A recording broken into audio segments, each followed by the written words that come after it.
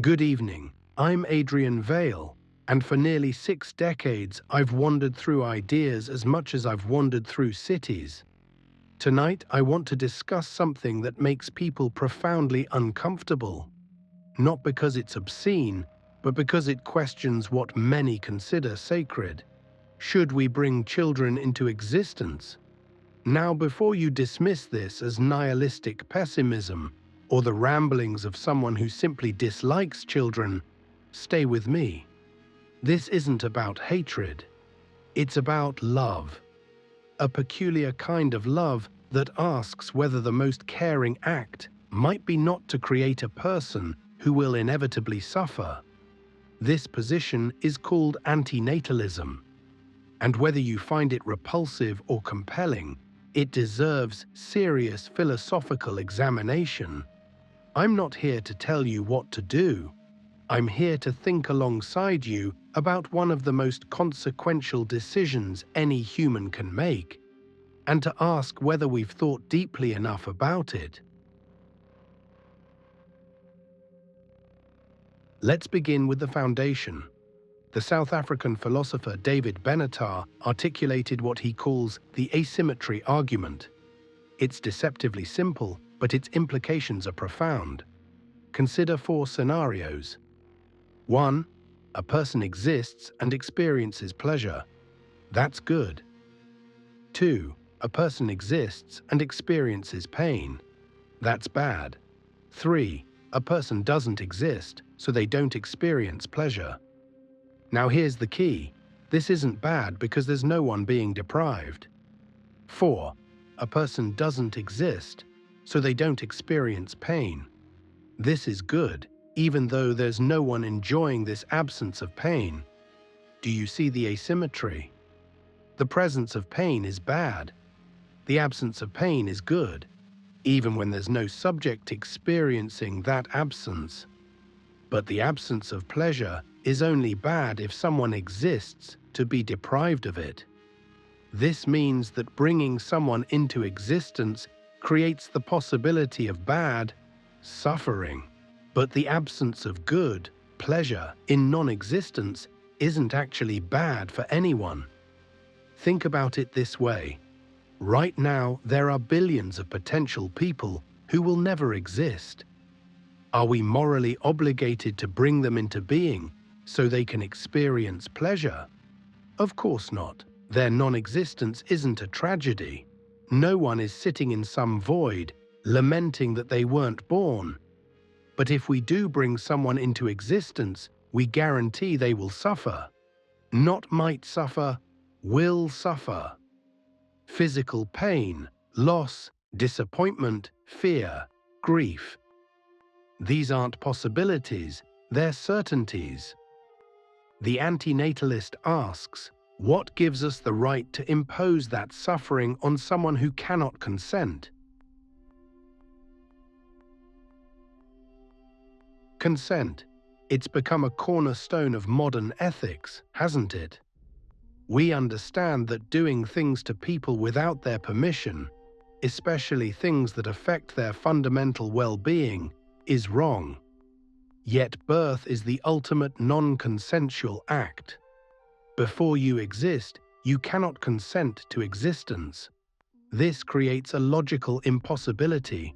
We cannot ask permission from someone who isn't yet a someone. But does that impossibility justify proceeding anyway? In every other domain of ethics, when we cannot obtain consent, we err on the side of caution. We don't perform medical procedures on unconscious patients unless it's to prevent harm. We don't make irreversible decisions for others without their input if we can possibly avoid it. But with birth, we make the most irreversible decision possible. We create an entire conscious being who will live for decades, who will suffer, who will eventually die, all without their consent. The standard response is, well, they might thank you for it later. But this is a gamble. You're betting someone else's entire existence on the hope that they'll find it worthwhile. And if they don't? if they experience profound suffering, if they wish they'd never been born. You cannot undo it. You cannot unbirth someone. The antinatalist suggests that in the absence of consent, and given the certainty of suffering, the ethical choice is not to create the person at all. Now, let's address the most common objection. Life is a gift. It's a beautiful sentiment. I understand its appeal. But let's examine it philosophically. First, a gift is typically something given to an existing person. But before birth, there is no recipient. You're not giving life to someone who needs it or wants it. You're creating the person who will then have to deal with what you've given them. Second, gifts can be returned. Life cannot. If I give you a book you don't want, you can give it back. But if you give someone life and they find it unbearable, they're trapped with it. And we've made suicide so difficult, so painful, so socially condemned that it's hardly a genuine opt-out. Third, and perhaps most importantly, a gift that comes with guaranteed suffering, loss, and death is a peculiar kind of gift, isn't it? Imagine I offered you a box. Inside are some beautiful things, moments of joy, love, beauty. But also inside are shards of glass that will cut you, poisons that will make you sick, and at the bottom, a mechanism that will eventually kill you. Would you call that a gift? Would you thank me for it? But the good outweighs the bad, you might say. Perhaps. For some people. For you, maybe, but that's your evaluation of your life. What about those for whom it doesn't? What about the child born into poverty, war, abuse? What about those with chronic pain, severe depression, unbearable loss? I've traveled extensively. I've seen extraordinary suffering, not the sanitized version we see on screens, but the raw, grinding reality of it. And I've met people who explicitly wish they'd never been born, not in moments of drama, but as a calm, considered assessment of their existence. When you decide to have a child, you're gambling with someone else's well-being. You're saying, I believe the odds are good enough that your life will be worth living. But you're not the one who pays if you're wrong. Now, you might be thinking, this sounds like the philosophical version of the child-free movement. There's overlap, certainly. More people today are choosing not to have children for environmental reasons, economic reasons, or simply because they don't want to. And that's valid. But antinatalism goes deeper. It's not just a lifestyle choice or a personal preference. It's an ethical position about the nature of harm and the responsibilities we have toward potential people. The child-free person might say, I don't want children because they're expensive and I value my freedom. Fair enough? The antinatalist says, I cannot justify imposing existence, with its inherent suffering, on someone who cannot consent, even if I wanted children. It's the difference between I don't want to and I don't believe I should. What's interesting is that we're living in a moment where these questions are becoming more urgent. Climate change, political instability, technological disruption. Many people are asking, is this a world I want to bring a child into? But antinatalism asks a more fundamental question. Is any world one we should bring children into? Because suffering isn't just a feature of bad times, it's inherent to consciousness itself. The Buddha recognized this 25 centuries ago. Life is dukkha, suffering, unsatisfactoriness, dis-ease. Not because the world is particularly cruel, but because desire and impermanence are built into existence. You will lose everything you love, Everyone you cherish will die or leave. Your body will decay. Your projects will fail or be forgotten. This isn't pessimism, it's description. The antinatalist simply takes this observation to its logical conclusion.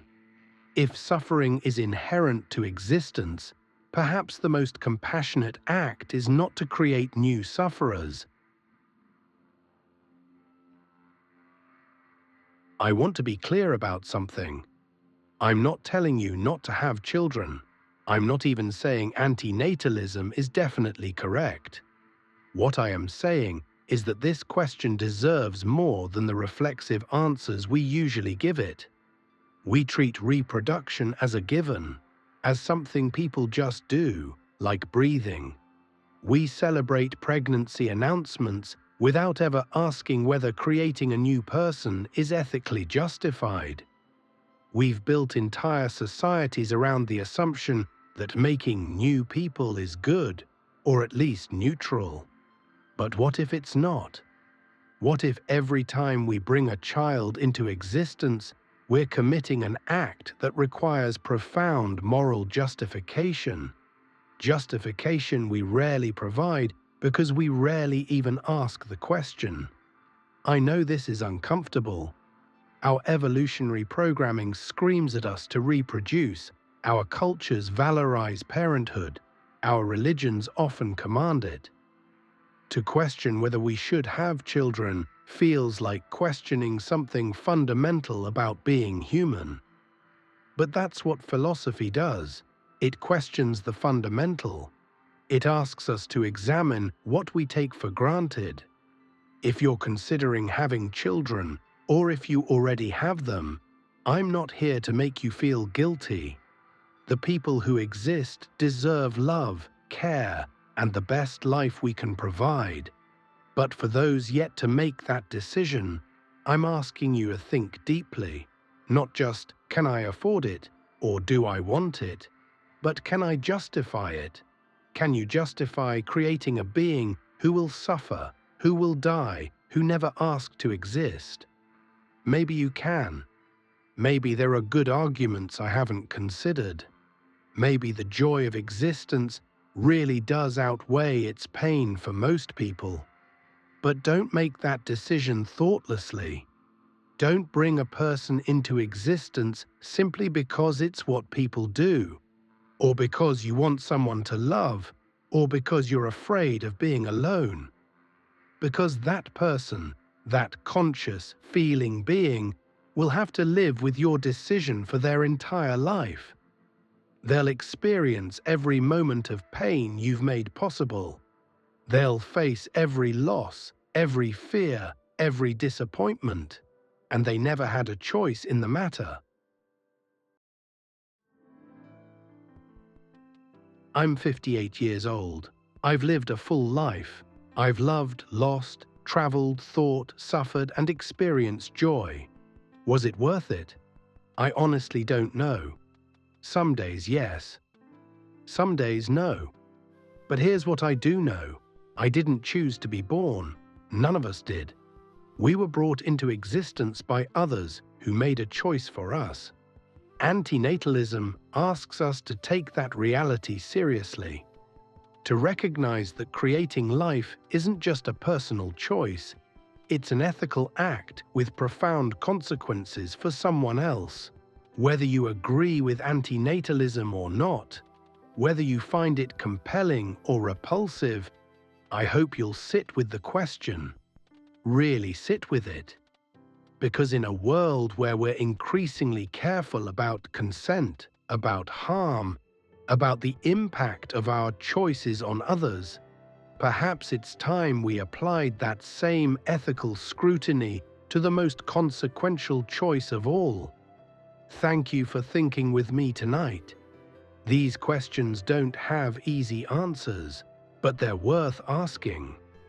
I'm Adrian Vale. Until next time, think carefully, live deliberately, and question everything.